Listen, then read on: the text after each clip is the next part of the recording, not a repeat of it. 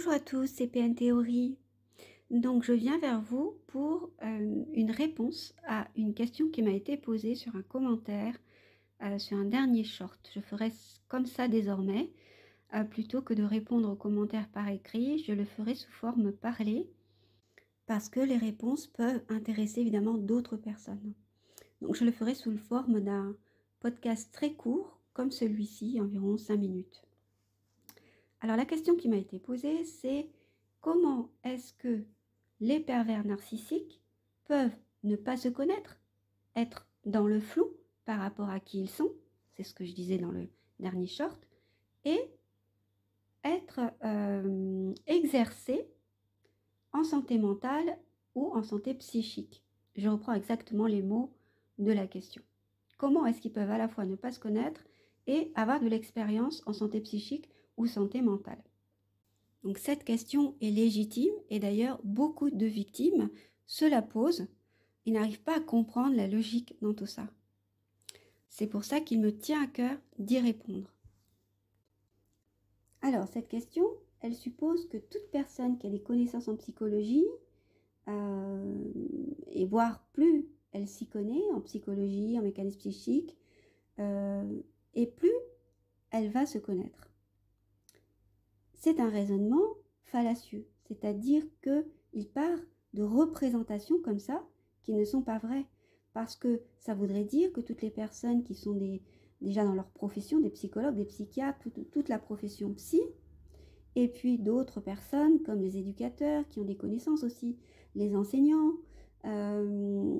toutes ces personnes-là se connaîtraient très bien elles-mêmes. Eh bien non.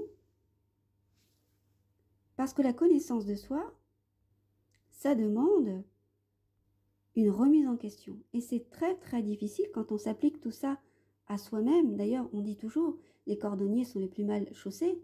Donc, ce qu'on sait faire en profession ou pour lequel on a une très très bonne théorie, ça ne veut pas dire que pour soi-même, on va savoir le faire en gros.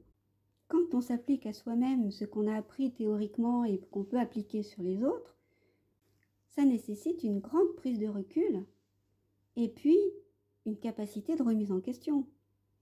Et c'est justement ce qui manque aux pervers narcissiques.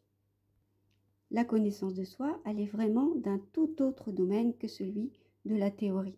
Ça demande un travail sur soi. Et puis ce n'est pas parce qu'on connaît tous ces mécanismes, par exemple, qu'on va être OK de se l'appliquer à soi et de dire « Ah ben d'accord, moi je fonctionne comme ci ou comme ça », en fait. Parce que ça nécessite de se remettre en question, d'accepter qu'on fonctionne d'une certaine manière. Or, les pervers narcissiques rejettent sur l'autre tous les fonctionnements qui ne les mettent pas en valeur, tout ce qu'ils ne veulent pas voir chez eux, par un phénomène de projection. Il faut aussi être dans l'honnêteté et non dans le déni. Et quand bien même, évidemment, les personnes qui connaissent, par exemple, je parle des professionnels, les mécanismes psychiques, ils peuvent quand même se mettre à nier certaines choses et ne pas vouloir le reconnaître.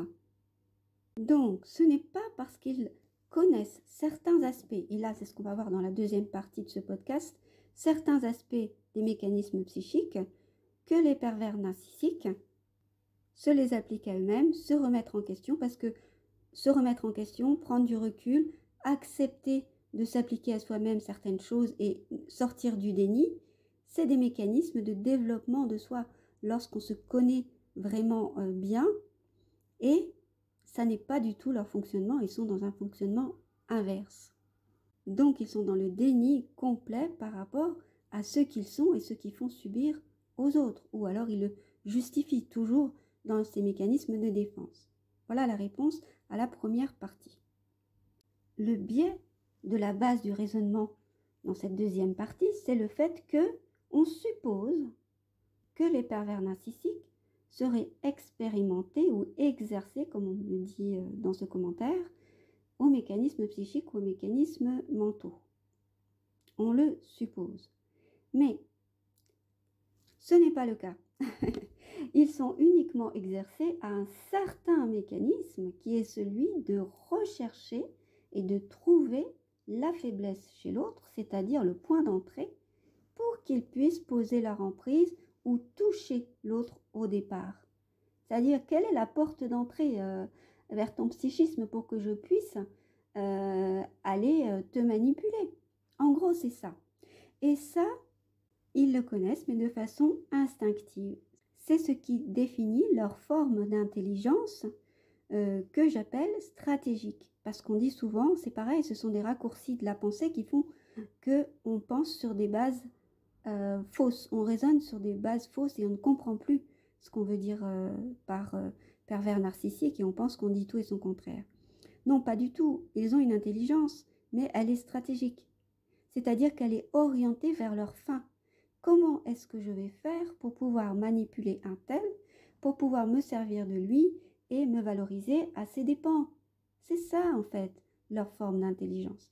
C'est pas une intelligence qu'il faut se représenter grandiose, supérieure à la nôtre. Elle est uniquement sur ce point-là. Et s'ils sentent, on va dire, entre guillemets, instinctivement où est le point faible, c'est parce qu'ils le recherchent activement. Si vous aussi, vous étiez dans cette recherche, vous finiriez par trouver le point faible des personnes. Or, dans une relation qui n'est pas perverse, il y a un échange et donc on n'est pas focalisé sur la recherche de la faiblesse de l'autre. Mais si c'était le cas, vous aussi, vous trouveriez instinctivement, c'est-à-dire très rapidement, vous verriez les signes avec beaucoup d'évidence parce que vous les cherchez, tout simplement. Donc c'est vrai qu'il faut sortir de cette peur irrationnelle de se représenter les pervers narcissiques comme des personnes omniscients qui savent tout, extrêmement intelligents. Non, leur intelligence, elle est stratégique et leurs sens sont affûtés par la recherche, c'est-à-dire ils sont focalisés sur la recherche des points faibles des personnes et comment les manipuler, tout simplement. Voilà, j'espère avoir répondu à la question assez clairement pour que vous puissiez comprendre maintenant que ce sont des choses distinctes et pas du tout contradictoires. Et c'était très intéressant d'y répondre pour justement qu'on puisse apprendre à discerner les choses pour mieux les comprendre. Si vous avez d'autres questions, n'hésitez pas, j'y répondrai si elles intéressent d'autres personnes par le biais de cet outil, par un podcast. Merci de mettre un pouce levé si le sujet vous a intéressé et n'hésitez pas à m'écrire aussi à pntheory@gmail.com. À très bientôt pour une prochaine et surtout, prenez soin de vous.